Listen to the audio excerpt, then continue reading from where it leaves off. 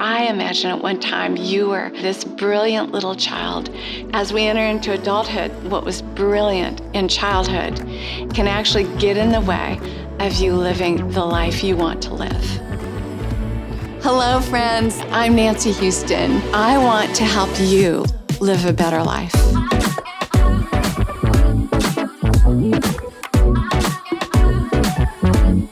We're all emotional creatures who sometimes think. And so it's so important that we make this journey from our heads into the depths of our hearts. Welcome to the In-Between with Nancy Houston. Hi, I'm Nancy Houston, and we are so grateful that you are here with us. And today I have one of my most favorite people in the whole wide world, Tim Ross, and I know he's one of your favorite people. So welcome, my dear friend. I love you. I love you. I'm so grateful to be here with you. It's so good to be here with you. Thank you. We were just talking about your Nikes, how Yes. they have stamped on them my home state of Oregon. Oregon's on there. Man, oh man, Yep. I love that. I think, what's the founder's name? Come on, Phil. Knight. Yeah, Phil Knight. Uh-huh. I think he lived in my hometown. Really? When I was growing up, Phil Knight. Wow. Now, I read his bio and it didn't say anything about it, Yeah. but I remember my dad saying, yeah, Phil Knight lives right there. Wow. And I'm like, so I don't know if it's true or not, but that's what my dad would say. Listen, he's probably right. Maybe Phil was embarrassed of your hometown. Maybe. Well, there was a paper mill in it, and so when you drove into town, Oh, it smelled. the town had this wretched smell. Yeah. And so, we'd call it the armpit of Oregon. Yeah. It wasn't real, Yeah. there was that. Yeah. You can't really help where you're born, At all? right? Did you even smell it? Oh, yeah. Oh, okay. Oh, yeah. I'm Like you didn't get used to it to the point No, that... Oh, wow. no, So but- it was pungent. I have a super sensitive nose. My husband So does says Juliet. I could be a hound dog and I could sniff out. Juliet could too. If there's mold in your house, just call me. I'll come over and let you know where it's at. Juliet could have put crime dogs out of business. There we go. Well, it's a woman thing. Yeah. Women have way more, That's very true. Yes. Yes. Men are kind of lucky. Yeah, we are. You don't- I do feel blessed that I can't smell like my wife. Honestly, I really do. I know, right? Yeah, I do. We don't want all the smells. I don't want it. Right? Yeah. Look, you have 2 boys. I have 4 boys. Oh, my boys smell. You don't want But all the way they smell to her is horrific. Oh my gosh. Mine used to It's come unpleasant over, to me. Like in high school after playing sports, I'd come home and I'd be in the kitchen just minding my own business, probably cooking, right? And they'd come over and like stick their armpit in my face and say, does it smell? And I'm like, and then I just smell automatically. And I'm like, what am I doing? Yeah, This yeah. is not right. Yeah. Yeah, so anyway, yeah. Yeah. Well, speaking about where kids grow up at, like you and I have talked a little bit about this. Yes? About environmental trauma. Uh-huh. You're the one that put me onto it. I didn't even know it was a thing until you said it. I don't think people know it's a thing. No. And so I started digging into it just a little bit and see what the research. I want to do more, but I just kind of started going, hey, how does it affect kiddos who are raised in environments where they experience or just witness violence on a relatively regular daily basis, or at least occasionally? Yeah. What does that do to this child? So recently I read that kids who grew up in environments like that have, I can't remember the number, numbers don't stick great in my head, but it was either 19 to 30% more PTSD than our war vets have. Wow. Yeah, it's staggering. Wow. It's staggering. Yeah. And so how many little children are walking around with PTSD and then they become adults? Yep. And they've got post-traumatic stress disorder. They have no idea. Yeah. And maybe they have no idea, like, why do I have these dreams Yeah. or nightmares? Or Yeah. why am I triggered when a balloon pops? Yeah. Why am I hyper alert? Yep. Why am I living on hyper alert all the time? And so they're just wearing out their adrenal system. Yep. And because you can't live life in fight, flight, or freeze. You cannot live Right. that way. Absolutely. We were meant to live that way if a fire-breathing dragon was chasing us. Yeah. and we do it for a few minutes, and then we go back Yeah. to a rested state inside of us. But imagine these kids, they never get to rest. Yeah. So it's a little bit maybe what you experienced growing up. It's not a little bit. Yeah. You're the one that, like, I didn't even know this was a thing, Nancy, until you told me. Yeah. And you were like, you've dealt so much with your sexual trauma. Mm-hmm. We need to dig into your environmental trauma. I was like, what? Yeah. Like, because sometimes if you have multi-layered trauma, you just go for the one that's bothering you the most, Totally. right? Yeah. But I think the reason why environmental trauma went undiagnosed until I was in my 40s is because if you grow up in the hood like I did, Yeah. or Beirut, Yeah. or, anywhere, right? Yeah. It's your normal. It's You don't know it's not supposed to be like this. Yeah. You think this is normal. Yeah. So I was born in 75. My oldest brother is 10 years older than me. He founded a gang in LA. So, by the mid 80s, crack had hit our neighborhood like it was a blizzard, right? It might as well have just been snow, just falling on the ground, because everybody had crack or knew somebody on it or had somebody that was affected by it, or you were selling it. And so I saw people robbed, shot, killed, hit by cars, drugged, wash, rinse, repeat. I was held at knife point. I've been held at gunpoint.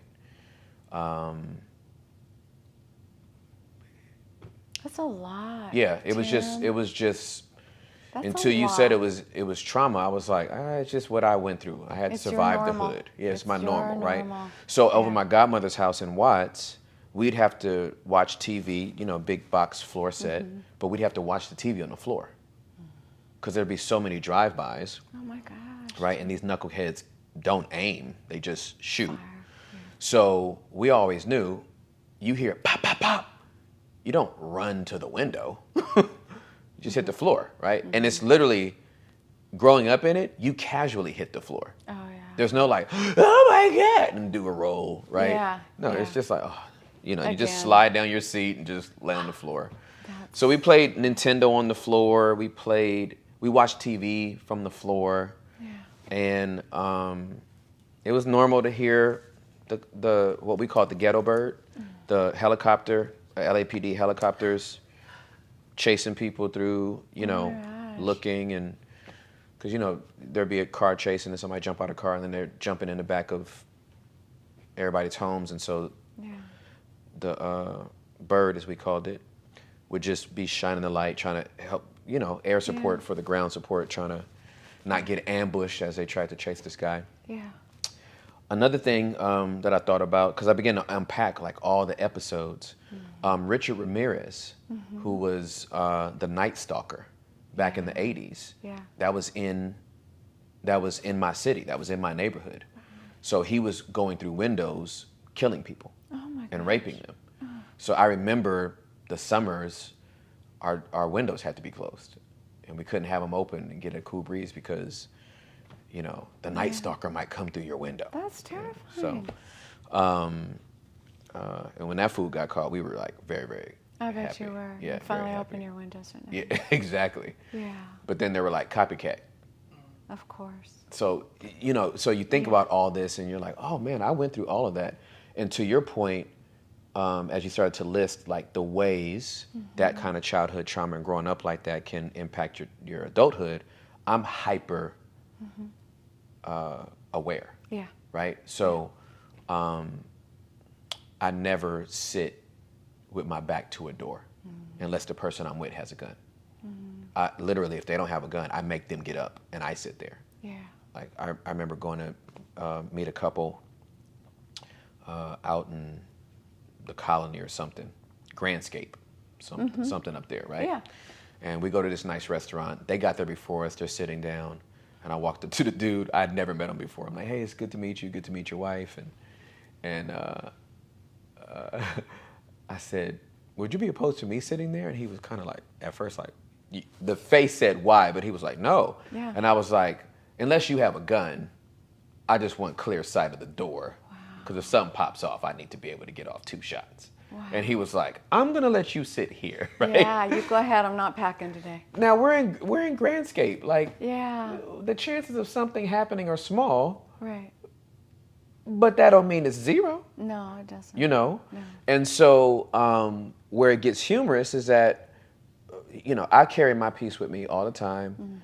But I'm an upper middle class dude. Like, I Right. survived the hood. I'm bougie. Yeah. I shop at Sprouts. Yeah, yeah. And I Me have too. I shop at Sprouts too. and I have my gun on me. Yeah. Now, I don't know what I think is going to pop off Yeah. in Sprouts. I know. I know some grocery stores have gotten shot up, but I don't think it's this niche, right?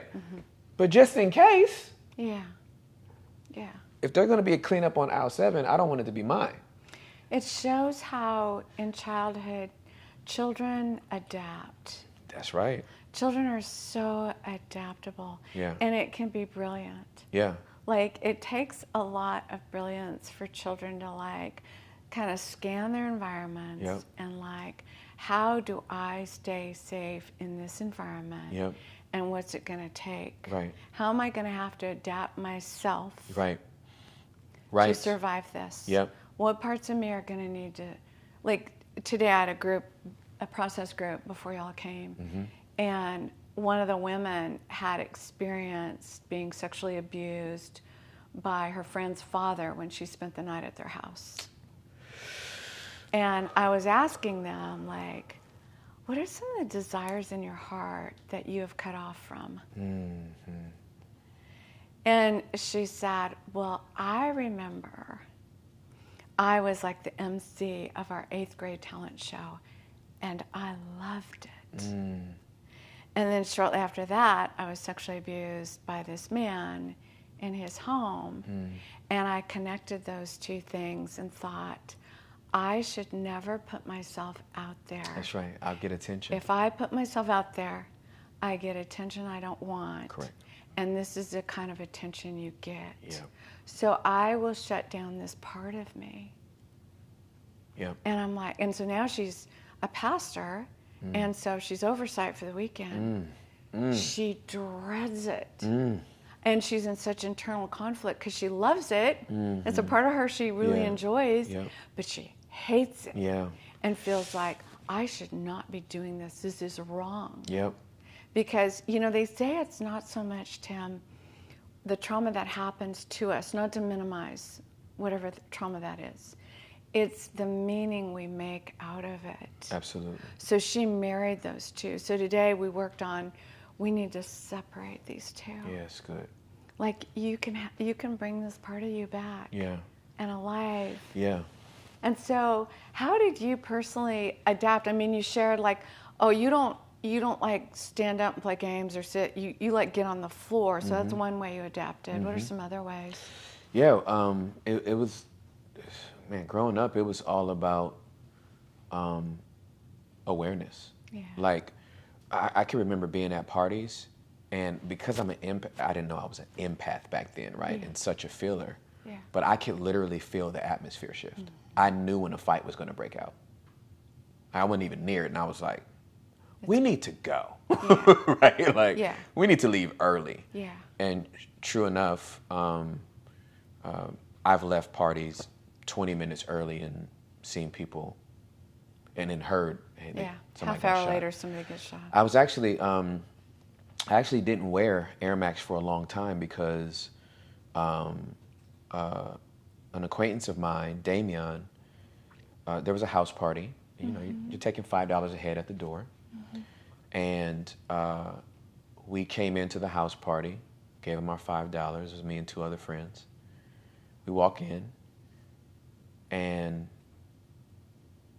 the majority of the people were in the backyard, but there were some in the living room and the kitchen leading into the backyard.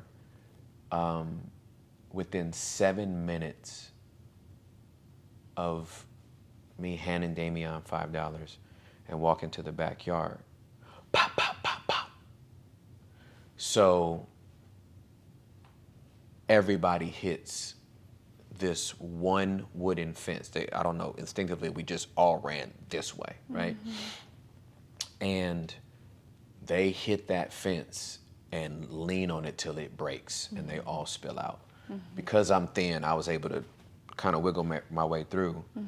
My friend Eddie, huge dude, like he came out of the womb with pecs and a six-pack, right? He's just always been, I don't know if his mom did steroids or what, but this dude came out. Muscular. Well, he was getting trampled. Oh, no. So many people ran over him, Nancy. Oh, no. His pants were at his knees. Oh, Tim. From the traction of people literally running over him. Oh, my gosh. So I had to turn around and grab him and yank him out of that, right? While elbowing people that were trying to run away. Wow. So that's like, you know, we come in your front door, we go out the back, let's say we hit this wooden fence. Yeah. Well, our cars are back this way. Oh, my gosh. So we run from the back all the way back around this way. Damien is dead on the porch in a pool of blood. Oh, Tim. And he has on Air Max. Oh. So I didn't wear Air Max for 35 years, Yeah. 37 years. One of my favorite shoes. I wouldn't wear him in his honor. Now I wear him for his honor. But what helped you make that transition? Did you like grieve? Did you? Yeah, We do grief work, right, bud? Right? Like that's the drum you beat the most. I know. Tim, you have more grief work to do. I know. Tim, you have more grief work to do. Tim, you have more grief work to do. Oh, Tim, you have more grief work to do. Have you grieved that, Tim? Tim, there's more grief work for you to do. So I'm I can be so annoying, huh, Tim? No, you can't. You reinforce. I won't call it annoying. You're a reinforcer of what needs the right tools to do. Man. And I did. I finally pushed through that. You did. Because it's hard to grieve when you've had that much loss. Absolutely. It's way easier to just start shutting down your heart. Yeah. And like, another loss. Oh, Yeah. well, that's normal. That's Yeah, what happens absolutely. when you Yeah. live, when you come from where I did. Yeah. Oh, yeah. And so you've been in this process of getting a hold of your heart again. Yep. And I have it, and I hold it, but that image is seared in my head. His body on the ground and that blood, that's seared in my head, Forever. Forever. Yeah. Forever. And then... And your friend being trampled. Yeah. I mean, he could have died. I Yeah, mean, people he die. could have. No, it's absolutely right. Yeah, they died at Travis Scott's concert. Totally. Right? Like, Yeah. so, I mean, this is... It's So, real. so I have an amalgamation of all of these little episodes, and, I did stand-up comedy, so humor is a lot of how I cope with, the tragedies that I've gone through. And sometimes I really do humor myself. When I see the stuff I do, I'm like, oh my, it is PTSD.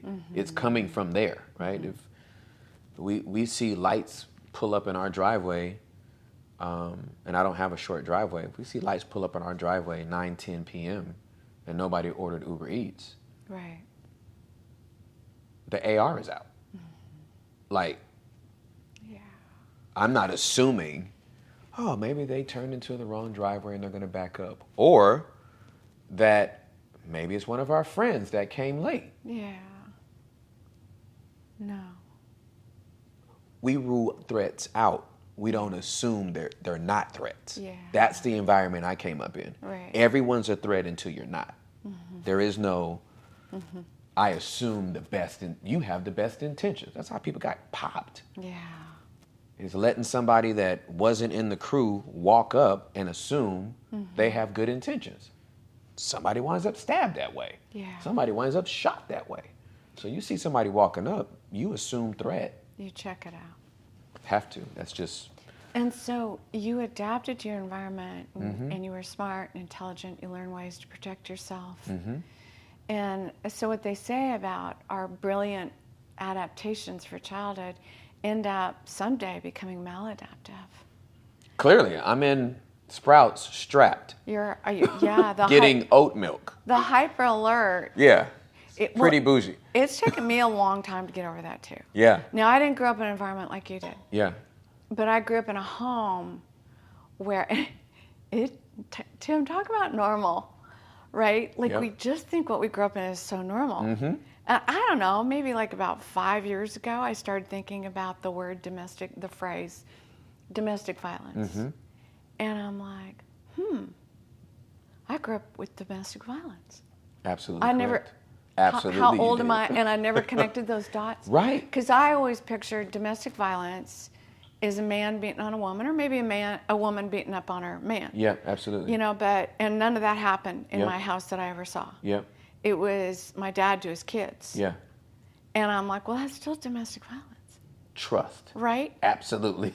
And so for me, it comes out differently. Yeah. Like my hyper alert, like my husband knows, like, honey, if I'm in the bathroom and you're coming into the bathroom, let me know before Announce you yourself. get there, because I'll go, That's exactly right. you know what I mean? That's exactly and I'm right. like, dang, system, calm Yeah. down. Yeah. Mine isn't when I'm out there like you. Right. Because that's where your violence, it was out there. Yeah. Mine was in the home. Yep. So all my, my is all in my own home. Yeah. And it's my own husband. Yeah, exactly right. And we've been married almost 50 years. never laid a hand and on never you. laid a hand on me except for a sweet one. Exactly. Right? Yeah. Except for a good hand. Yeah. You know what I mean? But my automatic nervous system, I am telling you. Yeah. We are little wet cement and sponges when we're little. Yep. And our cellular nervous DNA systems are being wired. Mm-hmm.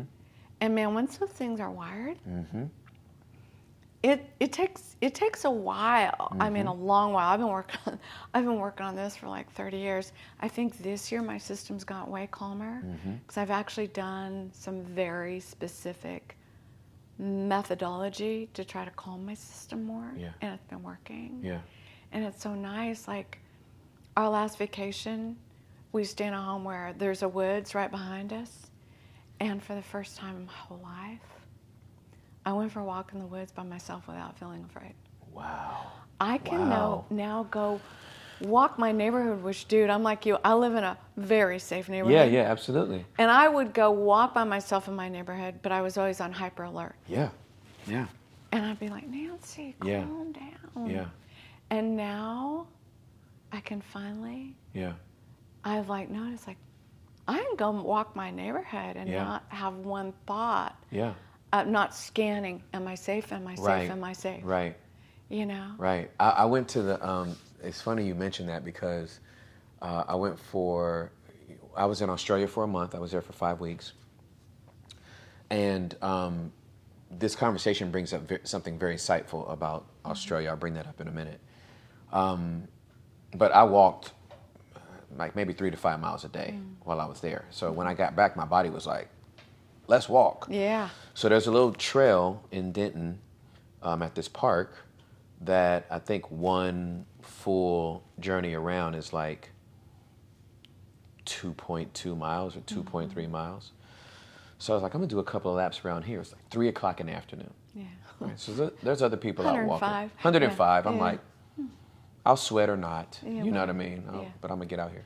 So I'm walking, and you got people that are walking the opposite way. Now, I'm walking on a trail at this nice park in Denton, strapped, guns on me, right? Yeah. Because I just don't know it any other way.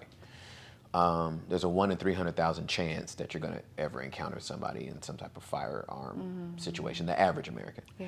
And I'm still thinking I could be the one, right? 1 in Yeah. 300,000 is not slim enough margin for me to keep it in the car. The percentages where you grew up were much, much, much higher. Way up here. Way higher. Okay. Yeah. So I'm walking and people are passing me, greeting them like, hey, how you doing? Yeah. And for the next probably 30 paces, because of where the sun's at the time, I'm scanning for any shadows creeping back up on me. Like, this is how hyper aware I am. Yeah. That I'm thinking the person that just passed me was like, been waiting to murder a person. He's the candidate, right? 3:30 in the afternoon, 105 degrees in broad daylight. Yeah. my brain doesn't, that should be ridiculous. Mm-hmm. But when you have PTSD, it's like, that's not ridiculous. I just ruled out another threat, you know? Yeah. So here's what made me think about Australia. Yeah. Obviously, Australia's government and whole system is different. Their gun laws are very, very stringent. They haven't had a mass shooting since, I think, the 80s. Wow. Right? I think we had one 7 minutes ago. So, or there's one, wait, we just had one, right? That's America, right? I know. So it's, when I'm in Australia, it just dawned on me, that's the only place I feel safe. No wonder you love it there. This conversation, Yeah. I'm literally like, it's the only place that I don't do that. Wow, Tim. I did it when I first got there because I'm a visitor and da-da-da-da. Yeah. But now because I'm there so often, I've been 30 times in 13 years, it's the only place where I will sit with my back to the door. Like, I don't feel that there. Wow. So Your system can at last my system, can be at rest. that's right, from the inside out literally is like, And so no wonder you love to go there for vacation, because finally your system yeah, is not on hyper alert. yeah, Like the guards aren't at attention. yeah, absolutely Or right. otherwise they are. Yeah, absolutely. Wow, Tim. Yeah. What does that, like I said, these children, as children we can be so adaptable. So you figured out, you learned how to scan, figured out, what do I need to survive in this system?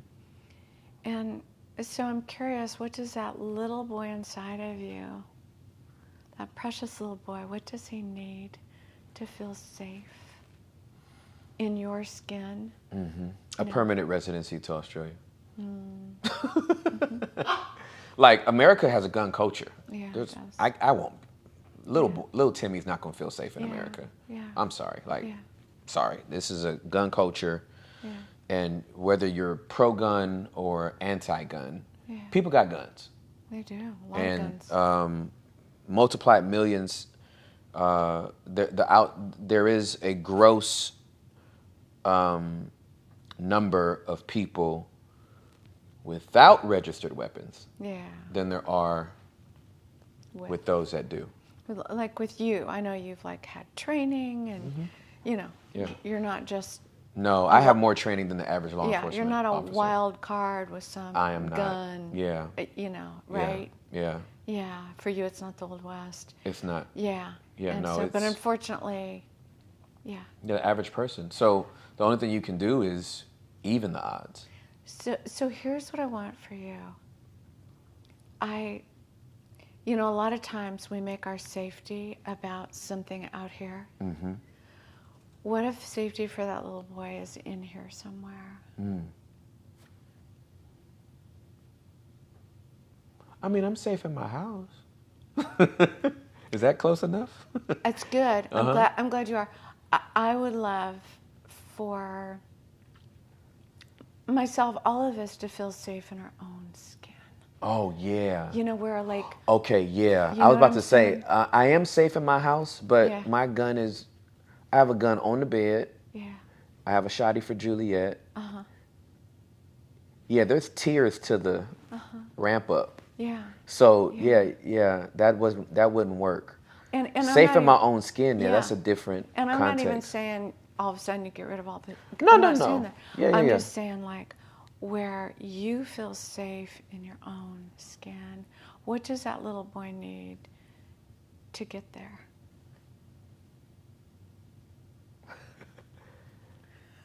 I legit think he needs a permanent residency in Australia. Yeah, that seems like the solution. It does. Yeah, and I totally get that. Yeah. So my desire for you is that this little guy could feel safe every day. Yeah. Now, he may have some moments where it'd be smart to be on hyper alert. Yeah. You know, like let's say somehow he is, you know, at a mall and there's a shooting. I want you to go to hyper alert. Yeah, for sure. I really do. I just don't want you living your life in that Absolutely. state. Yeah, no, you're right. Because they're saying what's happening to us who live this way is we're exhausting our adrenal system. And then we experience so much more like exhaustion and burnout. You know what I mean? And life just seems extra burdened. Yep. So if we were to unburden this little boy, like if you were to kind of think of little Timmy as like your little guy, your little Noah. Yeah. Right? Yeah. Like what would you want him to know? I like that you said like my son. So Noah, he doesn't like dark places, right? Just whatever. Yeah. He's a very sensitive child, and so he doesn't like dark places. So a couple of days ago, his brother wasn't upstairs, and they had just got home. I had been home for a few hours. They had just got back. They're at my sister-in-law's graduation, actually. And he came in the room and he said, "Mom, Dad, I'm scared to go upstairs." Yeah. And I said, "I can assure you, son, I've been home for hours. I would never tell you to go upstairs if there was any danger." Oh. And so I would love to say that my way of communicating resonated with him so much that he marched right up those stairs in the darkness. And no, he was like, "I'm still scared." Yeah. And I was like, this is so beautifully human. Yeah. So I said, cool, just flick on every light along the way. And then once your brain has kind of calmed down, come back downstairs and turn all the lights off. That's exactly what he did. He did. Yeah, that's exactly what he did. Aww. So I think for me, if I were to use the same advice I would get that I gave my son, it would be to flick all the lights on. Like what don't I believe about my environment that keeps me this aware? Yeah. Yeah. You know, again, I feel very safe in my house. Yeah. But what about Sprouts? Yeah. Makes me feel like keeping my gun in the car is not a smart decision. I could see if I was going to South Dallas and I was about to roll up in the hood, you know. Yeah. Yeah. And even, but what about Sprouts in Denton? Yeah. Has me on high alert. Right. Right? Like, so it's a... So it's something inside of you. So you were trained, so it feels so brilliant. Yep. And it was, and it, in ways it has been, and now it's taking away some of your freedom to move around freely. Yeah. So if we were to just be, like sometimes we kind of have to move our protector aside. Yeah. Because our protector can be locked and loaded. Yeah. You know what? You said a word that really has exasperated my own PTSD, and I didn't. This is. I wouldn't have known this, right? This is my first time even having the thought. But once I started training with my friend, who is a ex-Marine Force Recon sniper, trains military, law enforcement, and some civilians. You have to go through a background check, and he has to pick you, blah, blah, blah. We do 4-hour trainings, and they are extensive. Oh, I bet. I mean, they are. I was already a hyper-aware person. After I started training with him, Nancy, when I would be preaching, say I'm preaching at Embassy City, say I was at Gateway, I could tell you how many people left and didn't come back and how many people did while I'm preaching. In 35 minutes, I could tell you. Your brain is scanning. Oh, I'm watching everybody. Wow.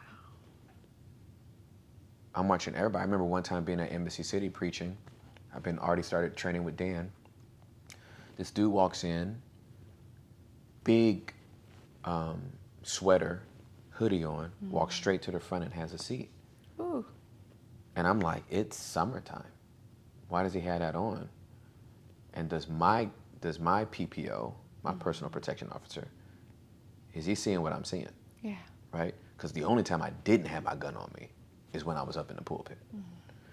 But he wasn't a threat, right? But my training with my friend, this is all you do, is you rule out threats. You don't assume someone's not a threat. You got to rule everyone out as a threat, and then you can go, it is safe here. So that is very hyper. And so I'm trying to think about environments where that doesn't have to exist for me. Yeah. It doesn't exist in my house. It doesn't exist when I'm with Corey. It doesn't exist when I'm at Preston. It doesn't exist when I'm at Johnny and Marcine. I'm thinking about, it doesn't exist when I'm at my sister-in-law's house. Yeah. I think there's certain spaces. Where you feel I definitely don't. It doesn't exist when I'm training with Dan, right? Because we all got guns, right? Nobody would ever come on that compound. I think I think that's where I feel the safest in my skin. I think everywhere else I can keep it to a minimum if I can be more aware of, like, instead of it just being this automatic thing, I might try a couple of, I don't know, that even sounds scary to say, like, I'm going to try to go in Sprouts without my gun and just do my shopping and come back out. And then there's this little what if in the back of my mind, like, dog? Yeah, for sure. So this is America. That's not even what I want to invite you to. Okay, good. Yeah, like, hey, my friend, pack away. Yeah. You know, that's totally cool. Yep. And whatever you need to do it. Yeah. I'm more like, if we could move that protector aside just for a minute, because we all have these protectors. Yep. And then we've got parts inside of us that, because they had to adapt so much, they haven't really been able to be brought along. Like, you were bringing Noah along. Right. You want your son to be able to go upstairs without daddy holding his hand every single time. Right. That's correct. Checking for monsters every single time. That's correct. You want to help him, you know, someday, like, son, let me give you a strategy. Yep. Right? And you brought him along. Yep. So when we think about, I think we all have these parts that I like to call them the basement children. Like, we've just left them behind, you know? Because maybe they're scared. Maybe bad things happen to them. Maybe they're an inconvenience. Yeah. So we just kind of like to leave them behind and ignore them. And once in a while we might throw them, you know, a cracker. Slice of bread. Yeah, something, not much. Yeah. Mostly what we throw them is criticism and judgment. If you weren't so afraid, if you weren't so weak, if you weren't such a disappointment, if you weren't such a coward, wow. Yeah. I might have a relationship with you because you are those things. I don't like you. Yeah. And you're staying in the basement. Yeah. The thing is that those basement children usually represent the brilliance of how we adapted to our childhood and our environments, right? Yeah. And they're waiting for the adult Nancy, the adult Tim, to compassionately and empathically go back and say, hey, you. Yeah, it's safe now. Yeah. Yeah. Hey, guess what? I'm going to try to stop being so mean to you. And I'd actually like to befriend you. Yeah. Like, what was that like for you to be a little kid where you're going to your godmother's, was it? Yeah. And you know by the time you're 8 that you stay low. Yeah, for sure. Absolutely. You've already been... Oh, yeah. You've already figured that out. Oh, yeah, absolutely. And you've been trained and you figured it out. And you're smart. Yep. So you're not going to walk around, run to the window when you hear noise like the rest of us do. Right. You know? Right. Right? Yeah. So what does that little boy need? For his system to be calm and happy and to be brought along by this adult Tim. Yeah. Yeah, I think the visualization of that is really beautiful. You know, it's inviting little Timmy to sit on the couch and not lay on the floor. Yeah. It's those kind of things. You know what I mean? We're going to drive from this part of town to that part of town, and I don't need to change clothes. That's another thing we had to do, because some areas you went into, that's where Crips were, and other areas you went into, that's where Bloods were. Oh, so you have to be aware of what colors you have on. Wow. That's a lot. It is a lot. That's a lot for a little kid to be thinking through. Yeah, and parents. Yeah. You know what I mean? Like, right? These parents are trying to keep their kids safe and alive. Yeah, we literally always had an extra pair of clothes, just depending on where we would roll up. That is so extra. It is. I mean, you know, it's enough. It takes a lot of energy to parent kids anyway. Yeah. And now you're thinking about extra clothes. And then it's like, oh wait, kid, we got to make sure we got the right colors that are safe. That's a lot. Yeah. Where I'm from, I could never have red frames. Those red, I love them, by the way. It took a long time for me to even wear red. Wow. A long time. I was like, I ain't putting on no red ever. But red looks good on me, so. And there's a sadness there. Yeah, because you realize how much you lost. Yeah. You know what I mean? Yeah, like a color. Yeah, a color. Yeah, like the basic things. Yeah. That were meant to, like, you don't have to think. Absolutely. 20 times about this. Yeah, absolutely.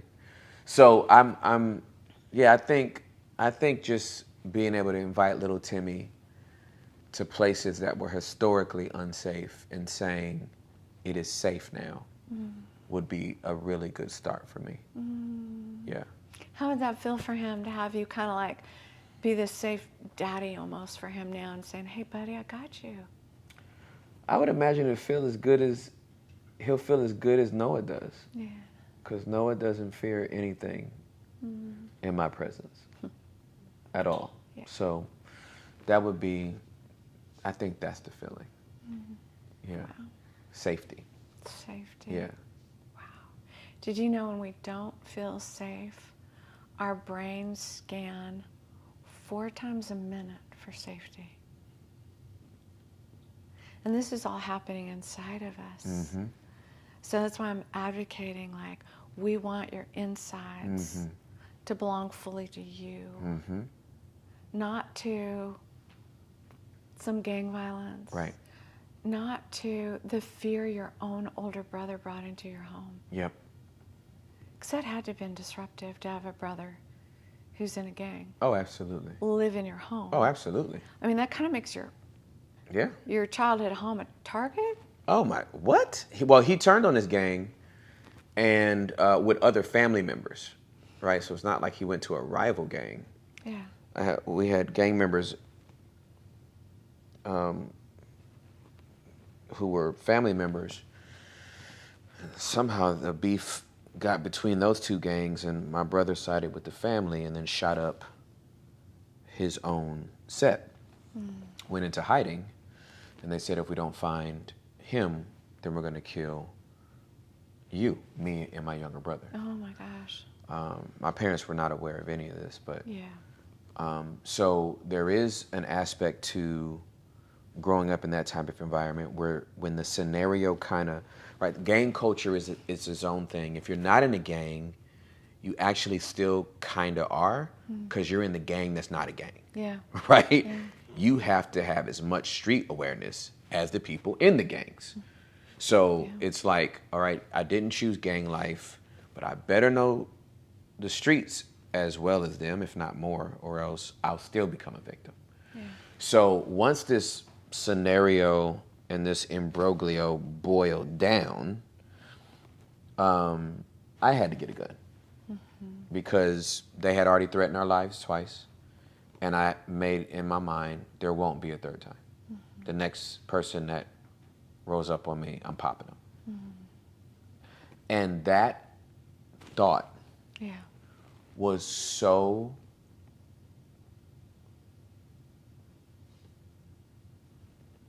resolved. It was not a thought of anger. That wasn't the emotion. The emotion was, I have to survive. Yeah. I need a gun. Yeah. The next person I'd ask, I'm popping them. Yeah. Because I no longer will be playing this game where you get to decide when the time limit's up on my life. Yeah, it gives you some sense of control. Yeah, I have a sense of control. And so I think there's a lot of people, especially in the inner city, we talk about crime in the inner city, they have no context to why this person may have this gun. I'm not in a gang, I'm not trying to do that, but I still need a gun because I could be accosted at any moment. Yeah. For being on the same block as the people that are in the gangs, for going to the same school, for wearing a color and your misinterpretation of what that might mean as far as affiliation. And that's just with other people in the neighborhood or rival neighborhoods. You throw law enforcement in there, who those cops have to have a completely different psyche dealing with gangs than somebody that's in Beverly Hills. Tim, you grew up in a very complex family. I did. You have an older brother who's a gang member. You've got founding gang member. Founding gang member. Huge difference. And then you have a mother who's an LAPD cop. Yeah, she worked for the LAPD for 30 years. All under one roof. How did you put that together and try to make sense of your world? Well, it was really easy to. Again, I say it's easy. Right, it's your normal. It's my normal, and I learned to adapt to adapted. the fact that the Rampart Division of the LAPD was essentially the third gang in Los Angeles. Wow. Third or fourth, if you want to. Is that who your mom worked for? My mom worked for, she was non-sworn, so she wasn't gun carrying. But everybody else was, right? Yeah. All of our other, our blue family was, which what they would call true blue. Because gangs were, Crips were blue, Bloods were red, cops were true blue, right? So those cops at the Rampart Division, they actually took on a gang mentality because that's who they had to deal with. They were not the Beverly Hills cops. Right, those cops were cakewalking. Right, they're checking on John Wayne's estate. You know what I mean? They're at Carson's house. Right. Right.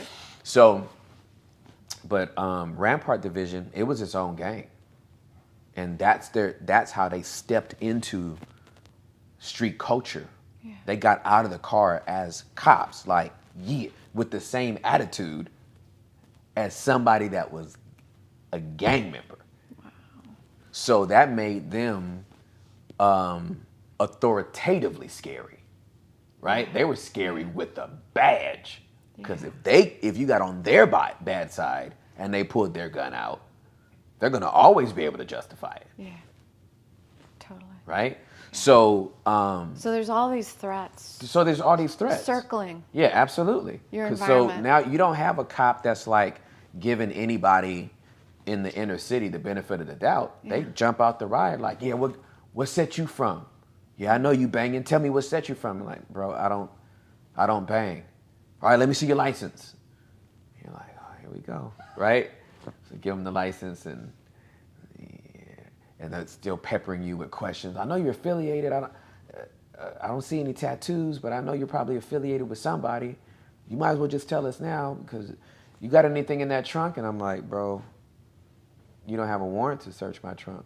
And then they're like, oh, one of them smart butts, huh? Okay, blah, blah, blah, right? Dude comes back with the license. Hey, dude, your license is blocked. I can't pull up any information on it. Why is your license blocked? I said, my mom works for the LAPD. What part? She works in Parker Center headquarters. Bro, how come you didn't tell me this when we first pulled you over? So I had immunity with law enforcement through my mother. But the start of all the episodes was still the same. Yeah, they were. Yeah, they were. Right? Right. So they just ended differently because I had an in. What's this doing to your adrenal system when all that's happening?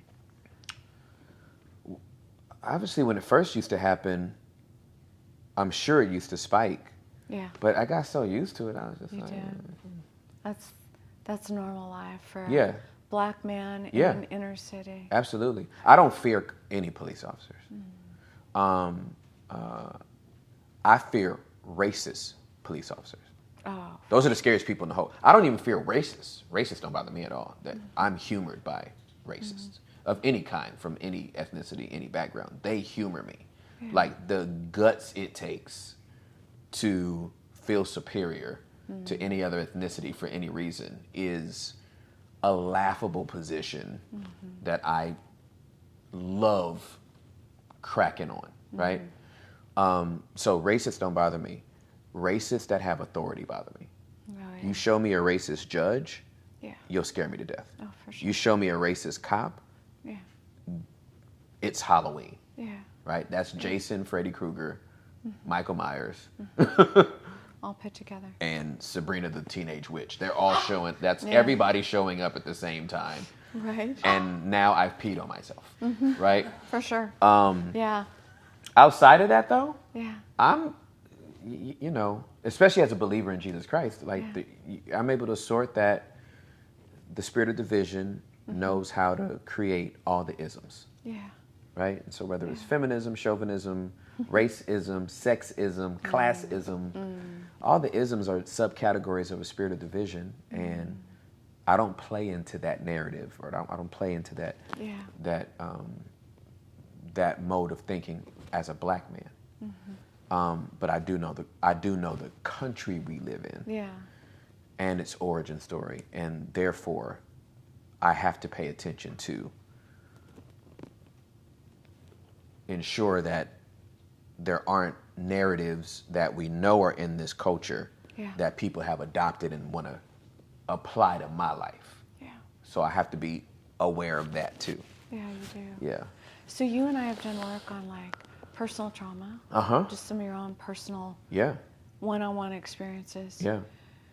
And now we've started more of this conversation about the cultural trauma that you experience.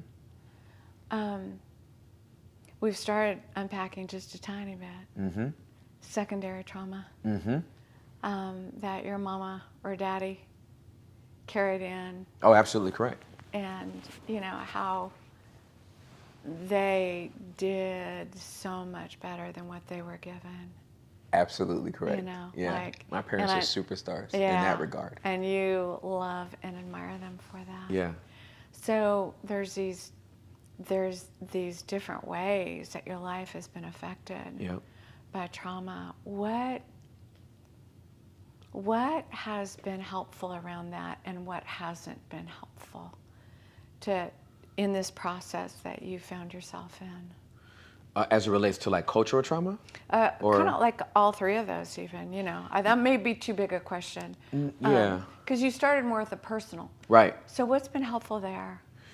I think the power of communication is at the epicenter of all healing from all trauma. Yeah. I was talking with a friend of mine today. We were talking about moral failures. And just based on the work that we've done in process group therapy, my conclusion has become that I feel like I have empirical data on the epicenter of all moral failures. And he was like, do tell, right? It's a pretty lofty statement to make that you've zeroed in on, you've been able to locate the epicenter of all moral failures. I was like, yeah. He said, okay, tell me what it is. I said, the inability to express what they're feeling they want to do. They have no voice. They don't have a voice. Somehow in the process of trauma, people lose their voice. They lose their voice. Yes. So if you don't get to say it, you've exponentially increased the chances that you're going to do it. Yeah. Because whatever doesn't come up, and I wordsmith this from the work that we do. Yeah. Whatever doesn't come up and out of your mouth through words will come up and out of your body through actions. It sure will. Point blank, period. It'll find a voice. That's exactly right. In another way. Yeah, I'm always big on listen. Yeah. Your pain is going to find a voice. That's right. It may be in a chronic backache. That's right. It might be, for little kids, oftentimes it's tummy aches. Yeah. Your tummy. Well, I wet the bed. Yeah. Yeah. You're right. I mean, we'll find something, or it'll be in our behavior. That's right. You know, like Hector and I were with a friend of ours yesterday who had been through rehab. Yeah. You know, for him, he just started medicating as soon as he could. Yeah.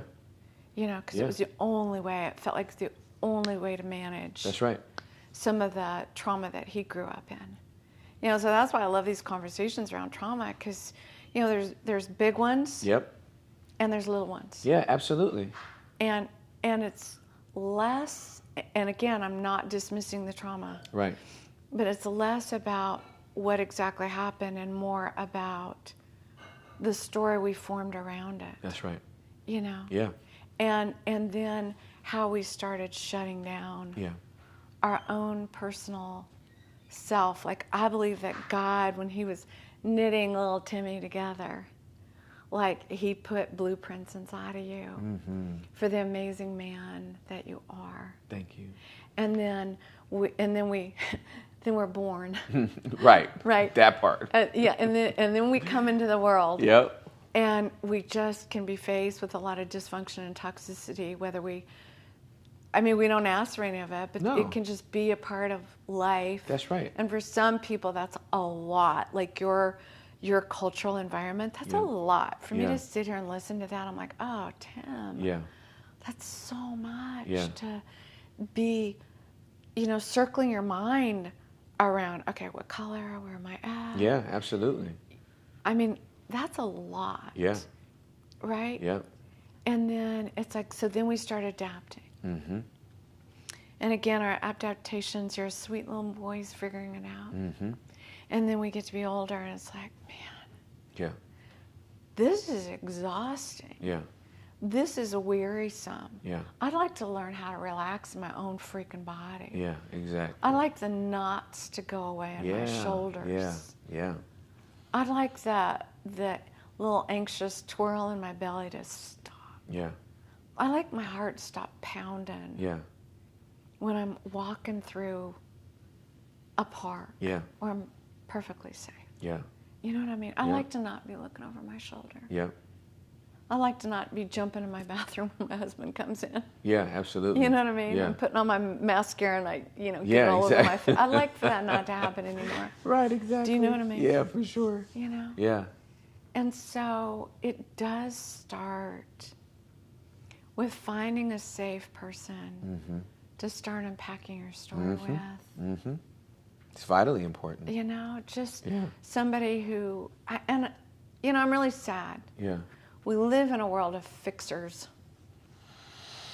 Yeah, we do. It saddens me. Yeah. Like, we aren't great listeners. No. We aren't great listeners. No, everybody's waiting. They're listening long enough for you to stop talking, so they can give you their antidote. There you go. Right, so they can be like, right. Yeah. Here's what you need. Yeah. Right, and it's like, I actually didn't need anything except for you to listen to me. Listen. Yeah. Imagine if we all decided, listening is, when I feel listened to, it's the greatest gift a human can give me. Oh, my goodness, absolutely correct. Right? So it's their advice, unless I ask them, like, hey, Tim, I need your advice. That's right. Yeah. Right? Yeah. Sometimes I have to say to my hubby, like, hey, babe, I don't need you to fix anything. I do the same thing with you. I just need you to listen. And you know why I think we have to do that, especially our spouses can go to fixing us? Right. Because the stakes are higher with our spouses. Yeah. Right? Yeah. And so and we've got this us brain. Right. So if you're part of our brain and happy. Mm-hmm. Right. Exactly. What does that mean? Exactly. For us. Can I be still happy? I know. Do I need to be sad because you're sad? I know. Yeah, exactly. It's right? true. Yeah. Absolutely. So the stakes go higher, and that's why our spouses can be like, well, Tim, if you just, or Nancy, if you, Yeah. I think so many times the reason why we're not great listeners is because of our own anxiety. Like your story, I'm not saying your story, but for example, your story has some similarities to mine, and I'm feeling comfortable with my own. So I sure as heck ain't going to listen to yours. You want me to shut up just because of what it's doing to you. Yeah. Yeah. Not because... I'm not dealing with that stuff. That's right. I don't want to talk about it. That's right. And I ain't dealing with it. That's right. We had dinner with friends the other night. Yeah. I ain't talking about that. Yeah. Like, I get it. Yeah. I get it. Yeah. And I don't judge that Yeah. because I know when I started therapy. Yeah. Oh my gosh. I wish y'all could have been there with me. You'd be laughing. So the therapist said, tell me your story. And I started telling him. And then at the end, he said, well, like, was there any sexual trauma? I'm like, no, none. Like, yeah. We ain't, no. No. Right. No. You are not touching that. Wow. And neither am I. Wow. You got that straight? Wow. And it wasn't until 6 months of building trust and rapport and learning how to just tell the safest parts of my story. Yeah, for sure. And figure out that he was safe. Because yeah. honestly, when you're used to being around unsafe people, correct, we can think that's normal, and then absolutely. we can keep going to unsafe people. That's who I'm most familiar with. Right, and yeah. then we go, well, I tried to tell somebody my story, but that went really bad. I'm never doing that again. Right. So we kind of have to learn. We maybe have to back it up before we get a voice and go, what is a safe person? Yeah. Who are my safe people? Yeah. And so your brain can get grounded enough that you can start finding a voice. It's beautiful. Yeah, it's great. And start getting it up and out. Yeah. And the reason I beat the drum on grief is because, there's a passage you'll probably know where in the number. Numbers don't stick in my head. Right. And it says, God comforts those who mourn. Yes. So I think the reason we're self-medicating so much, the reason we walk around afraid, is because we aren't doing our grief work. Yeah, it's the truth. Because the Holy Spirit wants to comfort us. He does. But if I have, I'm not talking about that. Yeah. Then I'm like putting up the wall. Yeah, absolutely. To comfort. Yeah, absolutely. I think I'm putting up a wall to stay protected and safe. But I'm really putting up a wall against the sweetness of God's Holy Spirit that wants to comfort me. That's great. Now, I'm not saying we rip down all our walls, because there's some places in our lives where we need to have some walls. Absolutely correct. Right? Yeah, for sure. But to open up these portals where I'm like, I think you are a safe person that I could tell my story to. So maybe I'll practice the safest part of telling and see how that goes. Yes, good. And if that goes well, then maybe we can do that again. And maybe I could tell you a little more. Yeah. And then if that goes well, then maybe we can. We can exactly just right. let this thing unfold. Yep.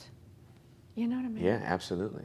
And just being accepting of people, and not like, dude, you need to get this all up and out. But it's like, hey, when you're ready, I'm going to be here.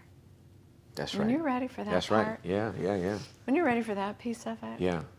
We'll go there. Yeah, absolutely. Until you're ready, I respect you. That's right. You're your own human. That's right. You have your own autonomy. That's right. You have your own rights. Yes. To talk about what you want to talk about, what you don't want to talk about. That's right. I'm going to invite you. All right? I'll invite. But I respect you. Yeah, that's good. You know? Yeah. And I just imagine if we could all do a little more of that with each other, what our world might be like. Yeah. And if we could have empathy and compassion for the little Timmy, Yeah. what our world might Yeah. become like, right? That's the world I want to live in. Yeah, me too. Yeah, that's what I'm committed to. Me too. Yeah. I'm so glad we've had this conversation. Me too. Hector, I don't know how we're doing on time, buddy, but... We're at 1 hour and 5. If you guys want to do another 6, we'll be good. 6 okay, hours. good, Yeah. good. So, Tim, another 6 hours. Tim's looking at you like, bro, I thought you meant 6 minutes. I'm thinking 6 minutes. Tim's giving you the evil eye. Tim's like... He has to deal with this all the time. He's like, hilarious. Nancy's already wore me out talking about all this stuff. No, this is great. I love this. How's this feel to talk about dive a little deeper into the environmental It's beautiful. for you? It's great. What's it feel like in here? It feels, well, first of all, within our relationship, it feels very natural. Okay. There's so much relational equity that we have. There's so much safety, trust within our relationship. So it feels very safe to have the conversation. It feels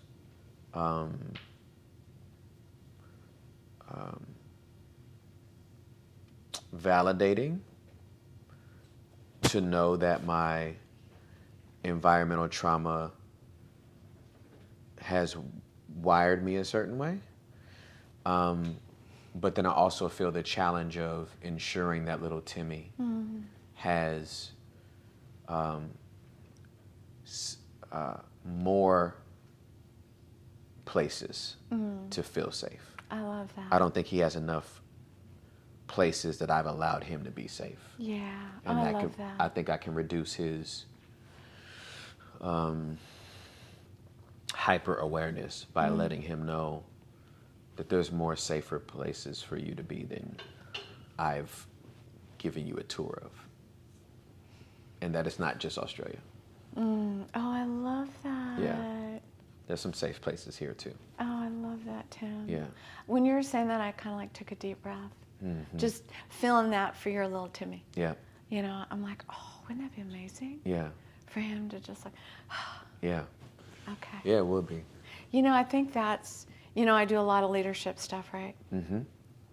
The thing I love thinking most about leadership is if I can lead me,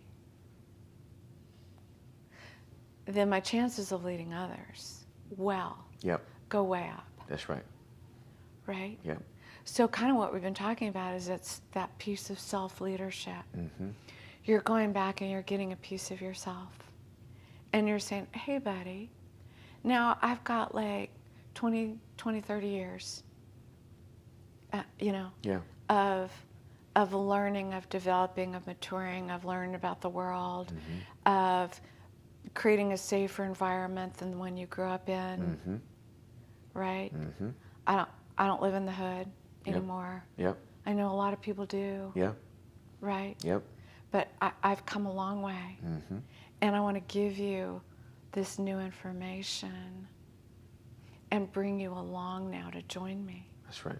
Because you know what I think happens, Tim? When we start connecting with these younger parts of ourselves, I think we get our creativity back.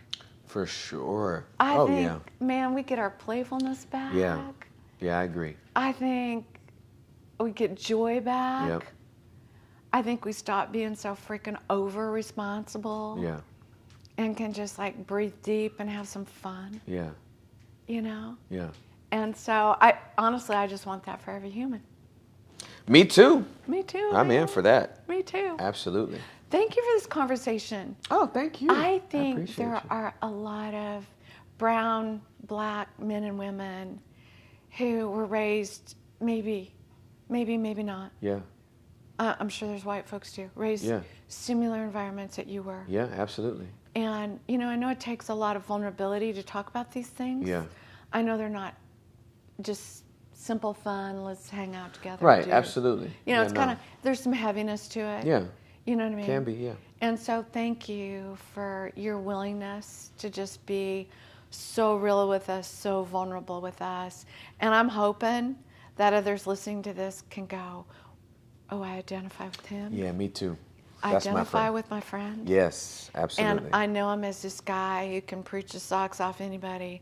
I know him as this guy who can rap, who can, entertain us and humor us. And, you've got all these brilliant ways about you. Yeah.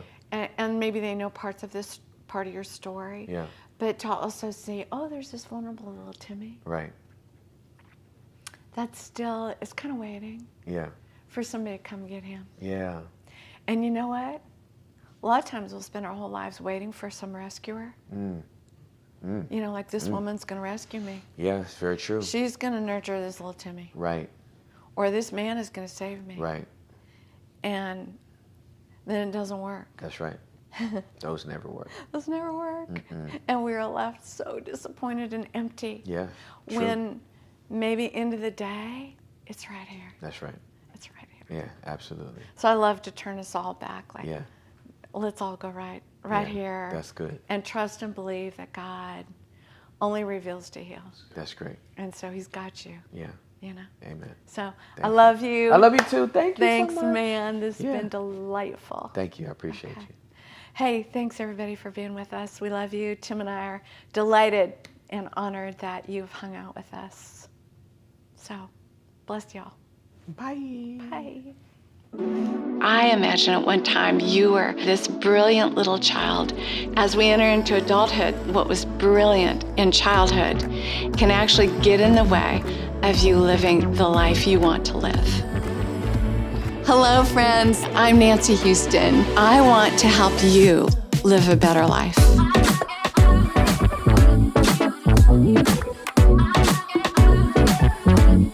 We're all emotional creatures who sometimes think. And so it's so important that we make this journey from our heads into the depths of our hearts. Welcome to the In-Between with Nancy Houston.